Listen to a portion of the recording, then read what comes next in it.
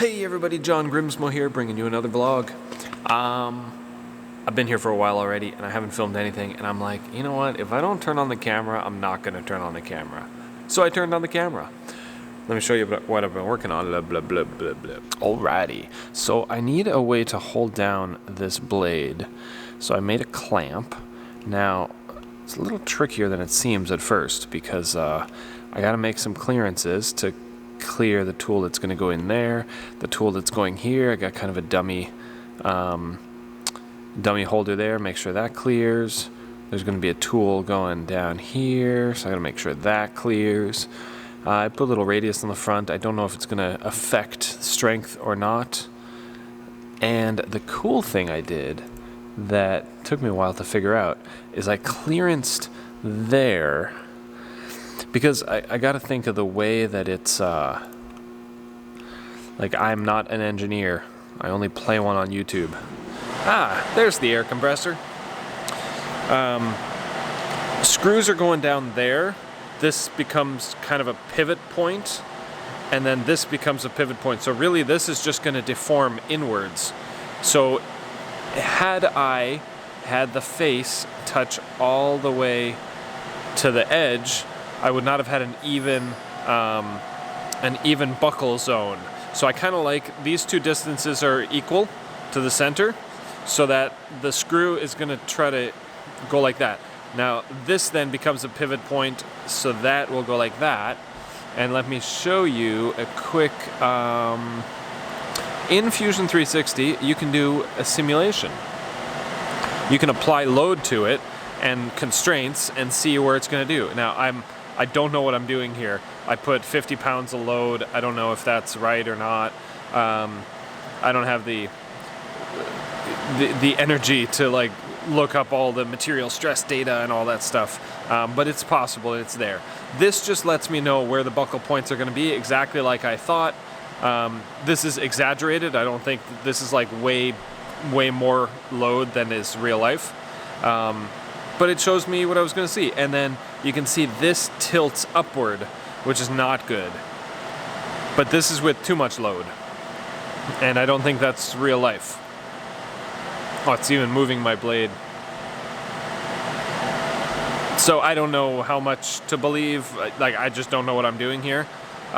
Simulation's really cool, but it takes a lot of time and like brain power to really dig in and know what you're doing and apply like valuable information. But like I said, this is an exaggerated version. I think it's strong enough for real life. So I'm going to be making it out of this chunk. It's going to be roughly that big, meaning I'll be able to grip it. I think I want to do this. Grip it in the vise. I want to make it on the 5-axis. Grip it in the vise and be able to hit it from both sides and then tab it off, so that at the end you just go clink and then it comes off, and there's just tiny little tabbed burrs on the backside. Maybe not the best, because you're hanging off, it might vibrate, it might deflect a little bit. So I got to play with my strategies for my tool paths for how to do that. And currently this is the only piece of material I have, so let's try not to screw it up. I should really call in an order for more from the local metal store. Yeah, I should do that right now. So I finally plugged in my 3D Connections Space Mouse. I've had this thing for years. I haven't used it in a couple of years. I actually have 3 of them. One here, a desktop one, and I think Eric has one that he never uses. I've been meaning to use it, and especially now with the 5-axis work. There we go. I think it'll be super handy, because it lets you, like, you lift up, it zooms out. You push down, it zooms in. You rotate, you twist. So it lets you kind of just fly through the object and look at whatever little corner feature you want to see. And for static, like 3-axis objects, it's not awesome. But for 5-axis stuff, where you're really looking at corners, or when you're designing something with, you know, different viewpoints and angles and stuff, I'm going to play with it. I haven't used it in a while. I used to use it all the time, and then I just kind of stopped. I'm liking it so far. So here's the idea for mounting. You got your 5th axis vise. I've got the jaws, you know, whatever you call that, jointed, so that they go in and out perfectly. I have my stock modeled as a different body and 50% transparent so I can see it. I could put the piece up higher, but I don't need to, so I'm just going to cut that stuff off. You need enough room in here to get a tool in there, like a 1/4" end mill or something, to be able to slice it off. So I might be able to transfer it a little bit lower, but I'll have to take off this much meat. Maybe I'll use that face mill we put in yesterday. I'm going to profile around the outside and should be able to get all the features just with a little bit of ugliness on this back edge. Which we can clean up on the grinder, or if I'm, you know, desperate for perfection, once it's cut off, I can flip it over 180 degrees and slide it down into the vise and then just deck the top off, and then it'll be perfect. All right, well, after tons and tons and tons of programming, getting this thing dialed, here's what we got. Tabbed part, 5 axis, hit from all sides. So the idea is you just go in and you just break it off. And then there will be these 2 little tabs left on the bottom that you have to sand off or flip over and machine off. No big deal. But various different operations. Let me just face it from that side. Just gonna skip through here. Let me drill all kinds of stuff. Oh, go to that side. Oh, do that contour. Oh, let me go on that side. Do this tight little engraving.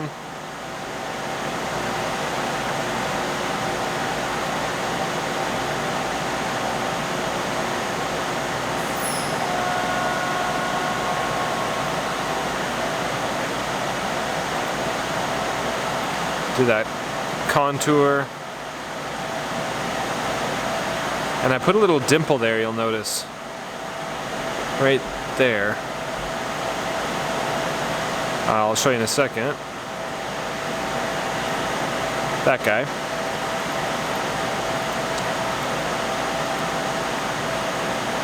And tabbed. Anyway, the dimple is, I don't know if I need it, but I could put a dial test indicator there while I'm clamping it down and see if the indicator moves, like if it lifts up. I figured it wouldn't be a terrible idea. So yeah, I think I should have just enough time to make this today. So, okay, that can be put on hold. Let's put it over here. Let's turn on the pallet changer. Let's put in that vise and then clamp in the stock. I never did order more because I'm dumb. And let's make this thing. First, I have to mount only one tool. I have all the other tools in the machine. This is a Lakeshore Carbide tapered engraving end mill with a 10 thou tip. 10 thou is tiny.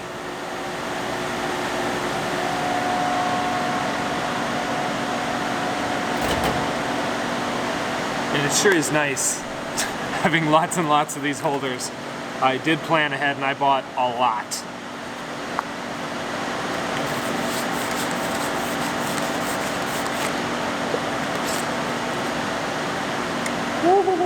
Love it.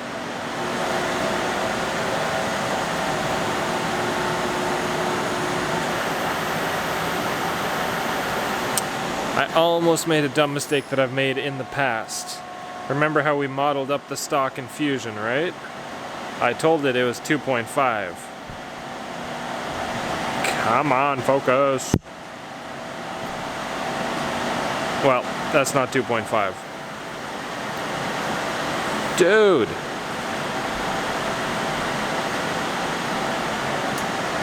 I'm measuring 2.3-ish. So I gotta go back to Fusion, I gotta update that 2.3.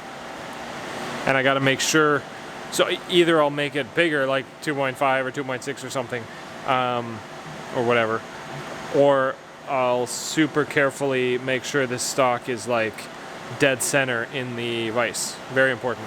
All right, let's do a pallet change. That is pallet 9. We're gonna call pallet 14.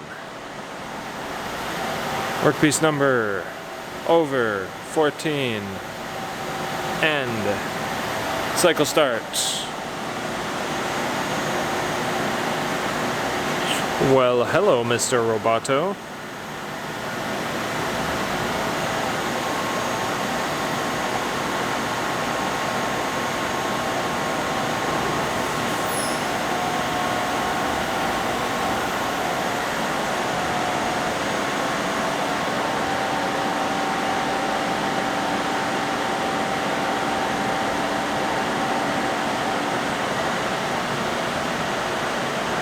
There's a lot of glare in this bright white shop. Not complaining. Okay. Next thing I gotta do is I gotta simulate through Complete, make sure it's not gonna crash, although I'm pretty confident it's good.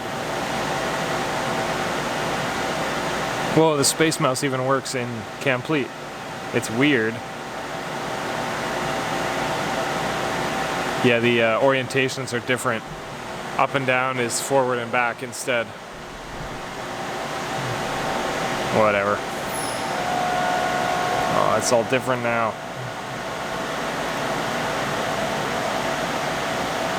But yeah, here I can go and simulate.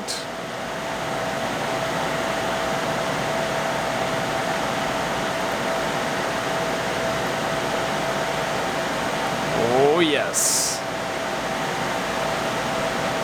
See, it's awesome because here's where I can really see the rotations and the movements, the tool changes without actually doing it on the machine.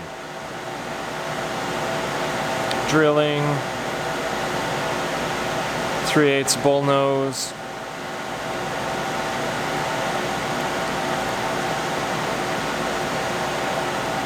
Yeah, so I'm gonna play with that. I'm running out of time. I'm trying to be much better about being home when I say I'm gonna be home. So I really only have about 10 or 20 minutes, really, 10 or 15. So I'm still gonna throw it on. I'm gonna do a couple operations and then we'll probably cancel it early and then finish the rest up later. We'll do something. Actually, I was just thinking, as this is still calculating, that's one of the sweet things with the pallet changers. I could literally do, of the almost 30 operations in this thing, I could do 5 operations and then park it back in the pallet changer, save it for a week, whatever, come back to it later, run normal stuff between that. So you're not tying up your machine with a setup anymore, which is epic. When I used to make weird stuff on the Mori, like, I'd be like, okay, I need the day to make the weird stuff, and then we wouldn't make anything, waiting for me to do it, and then I'd do it, and I wouldn't finish by the nighttime, and then it would not run all night, and being able to pull a halfway done work job out of the machine and go back to normal and then put it back in later. There's fixturing ways to do it on that machine, of course, but I'm just saying it's an amazing thing that's extra super duper easy on this machine.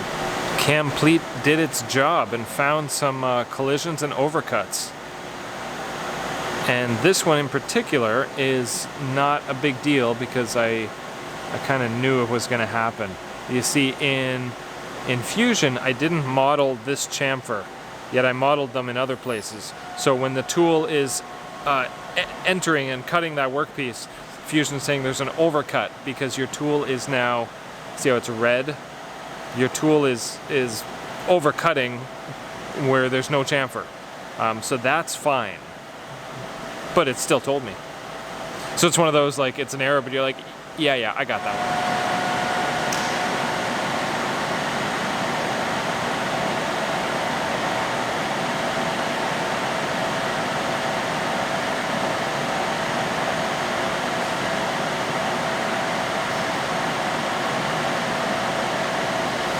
All right, I've got it paused right now. We have that 3-flute Kyocera face mill that we installed yesterday in there. I did a couple passes. Because it's sticking up so much, it's a little vibraty, but let's turn this up a little bit.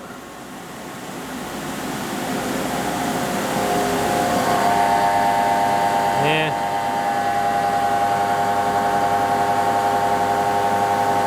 I mean, maybe it's more the fact that there's 3 flutes, bang, bang, bang, bang, bang, as opposed to actual vibration. It's a bit of both.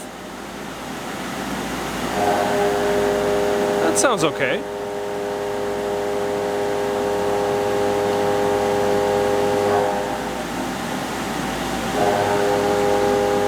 I'm at 100% now. My programmed feed rate. Should be almost done.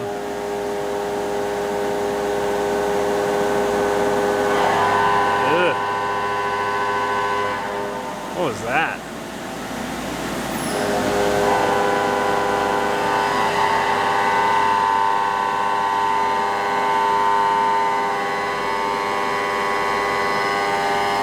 How is it worse? It sounded better before. You missed that. The stock just went flying. Next time, I will dovetail.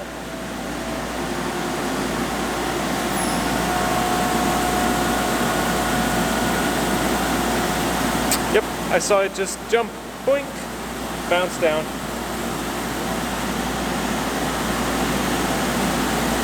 Not cool. I used a torque wrench to tighten it down. But next time I will cut little dovetails into the workpiece, into the stock, so that the angle parts of the vise will grip into it. I guess just a lot of leverage, that face mill, the thing sticking up 2.5 inches. I wish I caught that on video though, because it was kind of comical, kind of terrifying. Not cool, man. Not cool. Lights are fine on that side. Slipped right out on that side. And you can see the finish, the vibration, and right there where it let go. It just bit, it caught, and it went flying. And you can see the vibration in the face finish there. So, man. Listen, everybody makes mistakes. There's no perfect machinist. There's no perfect anything. And just very few people actually share them. And I mean, I make a ton of mistakes. That's how I learn. That's how I learn fast. Hopefully, you know, I try everything I can to mitigate the mistakes and try to not make them really bad and stupid. But this was, I'd say this was 50-50. 50% oversight, 50% I thought it would be fine. Legit, I thought it would be fine. I mean, there's some good bite in there. In this side, I mean, that's not bad. But obviously, it let loose. So yeah, next time, cut little 60 degree or 45 degree, whatever they are, dovetails into the bottom so that the vise, instead of the grippers gripping, the actual angle of the dovetail cinches it in there very firm. And I don't lose any travel height or anything. It's just, yeah, I'll be doing that. I should have done that. I did consider that, but I was like, it'll be fine. Nope, not fine. From now on, there's no screwing around. Anyway, that concludes this vlog as I spit on the camera lens. Anyway, that concludes this vlog. I'm going home. I will see you guys, probably not tomorrow, but in a little bit, a couple days. All right, later. Real quick, last thing. Luckily, it didn't chip any of the inserts. It usually does when that happens. And I think the only damage is that little scratch right there where it landed. Pretty sure that's from this episode because it bounced, boink, and then tumbled down there, and I found it down there in the chip conveyor. Ugh. So now that I've had a few minutes to think about it, I could have absolutely tilted it to the side, used an end mill, which would be a lot less cutting pressure than that face mill on the end. So an end mill would have been a better choice for that operation. I was just so desperate to use that face mill. Yeah. Version 2 is going to be a lot different. Well, a couple things different.